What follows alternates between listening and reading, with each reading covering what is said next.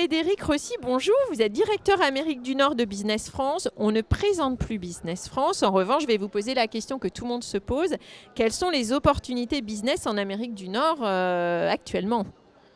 Alors, les opportunités business en Amérique du Nord, aujourd'hui, il y en a quasiment dans tous les secteurs. Depuis la crise et cette pandémie, on a un mouvement de techisation de l'économie vraiment accéléré. On a des méga trends qui sont en train d'arriver dans un certain nombre de secteurs d'activité, qui bouleversent les circuits de distribution, qui bouleversent le digital workplace, qui bouleversent la manière dont on s'adresse à nos clients, etc. Et tout ça, ça crée des nouvelles opportunités. Donc, c'est une région porteuse pour les entreprises françaises. Alors, si on est plus précis, est-ce qu'il y a quand même des secteurs d'activité, un ou deux, qui ont plus de potentiel que d'autres pour les années à venir? Moi, je pense en particulier, par exemple, au secteur de la transition énergétique et de la transition écologique. Ça, c'est la grande nouveauté avec l'administration Biden. Oui. Aujourd'hui, les États-Unis commencent à prendre conscience de cet enjeu. Les États-Unis sont revenus dans la Convention climat. Ils vont participer à la COP26 de Glasgow.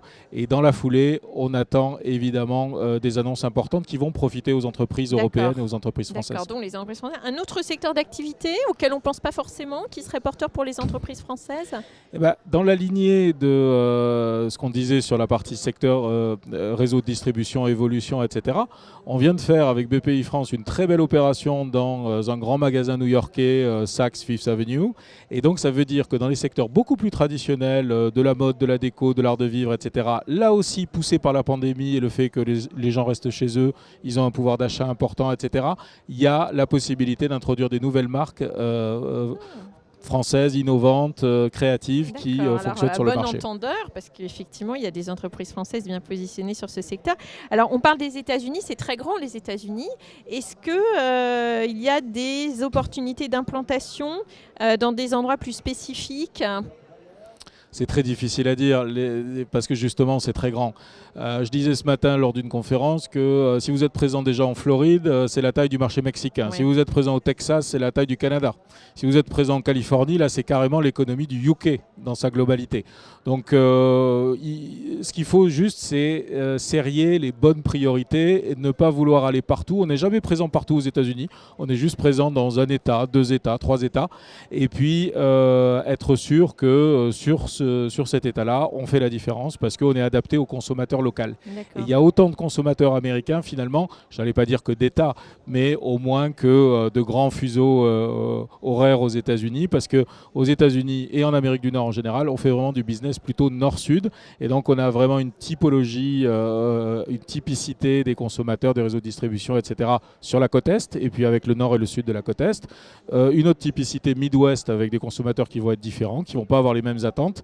Et puis évidemment la côte ouest et la Californie. D'accord. Alors pour terminer, une question qu'on vous pose souvent, le changement de présidence aux États-Unis a modifié les opportunités, a créé des opportunités dans le secteur de la transition écologique. Qu'est-ce que ce changement de président, avec tout le devoir de réserve qui est le vôtre, apporte comme opportunité aux entreprises françaises? Je pense qu'il faut être optimiste, mais assez réaliste quand même.